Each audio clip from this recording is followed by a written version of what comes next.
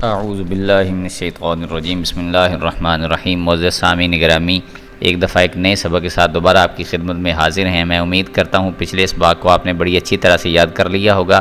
آج کا جو ہمارا سبق ہے اس میں تھوڑا سا مزید ایکسٹینشنز ہے اس کو، کیونکہ ہم نون ساکن اور نون تنوین کے متعلق پہلے ہی پڑھ چکے ہیں، لیکن آج نون ساکن اور نون تنوین کے تھوڑا سا جو فردر ڈیٹیل ہے جس میں اظہار اور اخفاء ہے، آج ہم یہ جو ہمارا قوانین ہیں اظہار اور اخفاء، آج ہم ان کے متعلق پڑھیں گے کہ جب نون ساکن ہو یا نون تنوین ہو تو پھر ہم نے اظہار کس طرح سے کرنا ہے اور اخفاء کس طرح سے کرنا ہے، اور دوسرا اظہار کہتے کس کو ہیں اور اخفاء کہتے کس کو ہیں۔ سبق شروع کرنے سے پہلے میری گزارش ہے کہ جن احباب نے چینل کو ابھی تک سبسکرائب نہیں کیا وہ چینل کو سبسکرائب کر لیں تاکہ نئی آنے والی ویڈیوز سب سے پہلے آپ حضرات تک پہنچ سکے۔ تو آئیے آج کا جو سبق ہے وہ ہم شروع کرتے ہیں۔ یہ ایک اصول ہے، کیونکہ آپ کو تھوڑا سا پتہ ہوگا کہ جب بھی میں سبق شروع کرتا ہوں، سبق شروع کرنے سے پہلے میری کوشش ہوتی ہے کہ میں جو قوانین ہیں جو ہم نے اس سبق میں پڑھنے ہیں پہلے آپ کو ان قوانین سے متعارف کروا دوں، پہلے آپ کو ان قوانین کے متعلق اچھی طرح سے بتا دوں تاکہ جب آپ جو آگے سبق ہیں جو مجموعہ حروف کا آئے گا جب اس میں آپ پریکٹس کریں تو آپ کو کوئی پریشانی نہ ہو۔ تو اس لیے آج کا جو ہمارا سبق ہے، جیسے میں نے پہلے بتایا کہ نون ساکن اور نون تنوین کے متعلق تو ہم پڑھ چکے ہیں، تو آج نون تنوین اور نون ساکن کے مزید 4 قاعدے ہیں، جن میں سے نمبر 1 پہ جو ہے اس کو ہم کہتے ہیں اخفاء۔ نمبر 1 پہ یہ والا جو ہے اسے ہم کہتے ہیں یہ ہے اظہار۔ نمبر 1 پہ یہ دیکھیں، نمبر 1 پہ اظہار ہے، نمبر 2 پہ جو ہے وہ اخفاء ہے، نمبر 3 پہ ادغام ہے، اور نمبر 4 جو ہے اس پہ اقلاب ہے۔ یہ تھوڑا سا الف جو ہے وہ ہائی لائٹ ہو گیا ہے، میں اس کو ایسے کرتا ہوں تاکہ آپ کو اسی طرح سے نظر آ سکے۔ یہ ذرا تھوڑا سا غور کیجئے گا کہ نون ساکن اور نون تنوین کے 4 مزید قاعدے ہیں، جس میں سے نمبر 1 پہ اظہار ہے، دوسرے پہ اخفاء ہے، پھر ادغام ہے اور پھر اقلاب ہے۔ اب اظہار کیا ہوتا ہے اور کس کو کہتے ہیں؟ یہ بڑے آج کا جو سبق ہے یہ انتہائی اہم سبق ہے، کیونکہ بہت سارے لوگوں کو اظہار اور اخفاء کے متعلق پتہ ہی نہیں ہوتا کہ جب کوئی بھی نون آ جائے اور نون کے اوپر جزم ہو تو اس کو ہم نون ساکن کہتے ہیں، اور اگر اس پہ نون تنوین یعنی 2 زبر 2 زیر یا 2 پیش ہیں تو اس کو نون تنوین کہتے ہیں۔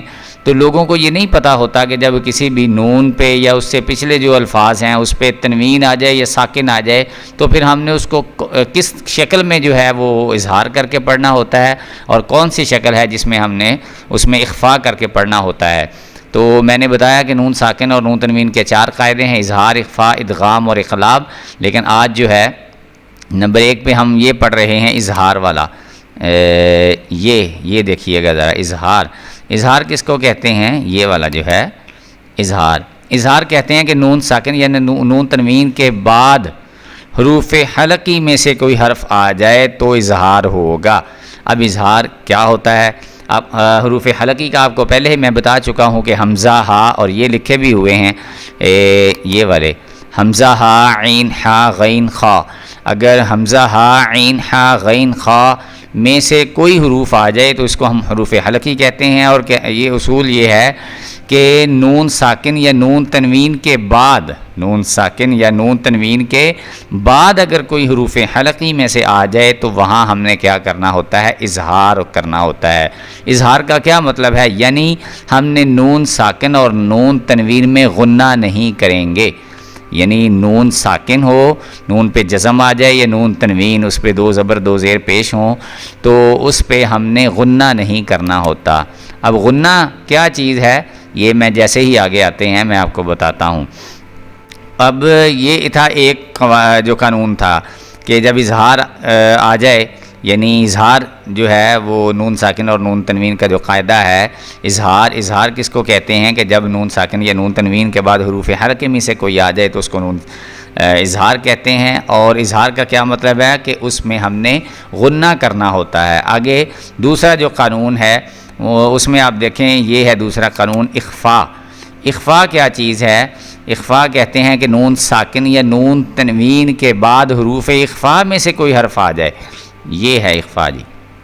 نون ساکن یا نون تنوین کے بعد حروف اخفاء میں سے کوئی اگر حرف آ جائے تو ہم اس کو نون ساکن یا نون تنوین میں غنہ کر کے پڑھیں گے۔ اب یہ دو جو ڈفرینسز ہیں جس میں جو مختلف چیزیں ہیں کہ اظہار میں کیا ہوگا، اگر نون ساکن یا نون تنوین کے بعد کوئی حروف حلقی میں سے آ جائے تو ہم نے غنہ نہیں کرنا ہوتا، جبکہ اخفاء کی شکل میں کیا ہے، جب حروف اخفاء میں سے کوئی حرف آ جائے نون ساکن یا نون تنوین کے بعد تو ہم نے وہاں پہ غنہ کر کے پڑھنا ہوتا۔ اگلی بات جو ہے وہ یہ کہ حروف اخفاء ہیں کون کون سے، تو حروف اخفاء جو ہیں وہ یہ والے ہیں، ذرا آپ غور کریں، یہ والے تا، ثا، جیم، دال، ذال، ذا، سین، اس کے بعد یہ رہا شین، صاد، ضاد، طا، ظا، فا، قاف اور کاف، یہ والے جو ہیں 15 ہیں ٹوٹل تعداد میں۔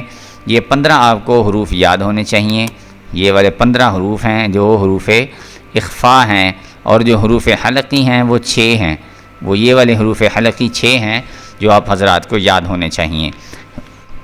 اچھا، ایک دفعہ میں دوبارہ حروف اخفاء جو ہے وہ ریپیٹ کر رہا ہوں۔ تا، سا میں نے ہائی لائٹ بھی کر دی ہیں آپ حضرات کے لیے تاب کے۔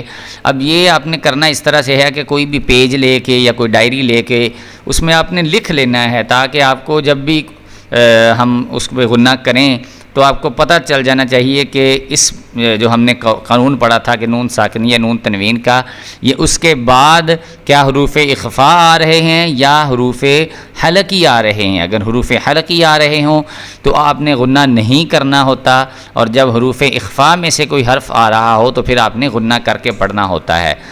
اب جو اگلی بات ہے وہ ادغام اور اقلاب، یہ دو جو جیسے میں نے آپ کو بتایا تھا کہ 4 ہیں قوانین، نون ساکن اور نون تنوین کے 4 قاعدے ہیں، اظہار، اخفاء، ادغام اور اقلاب۔ ہم نے 2 پڑھ لی ہیں آج، اظہار، اخفاء۔